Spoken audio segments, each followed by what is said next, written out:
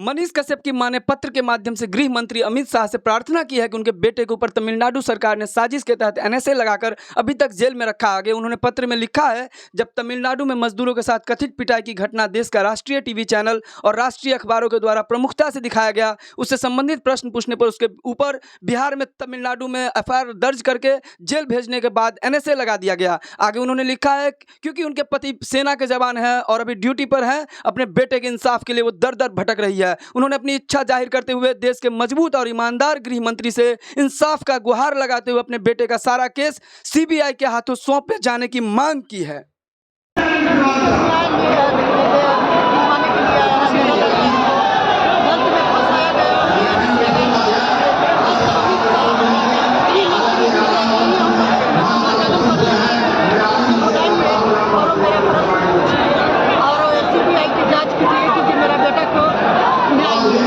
अमित शाह जी को आप ये आवेदन देने आए हैं?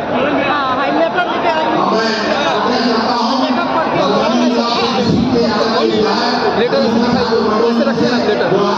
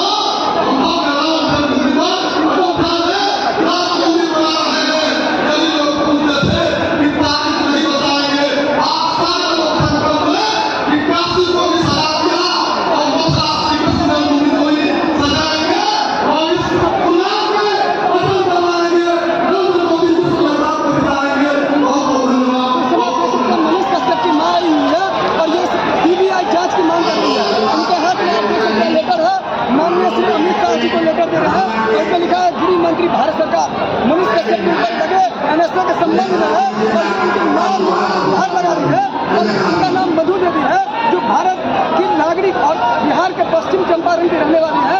इस समय अमित शाह की जो कार्यक्रम है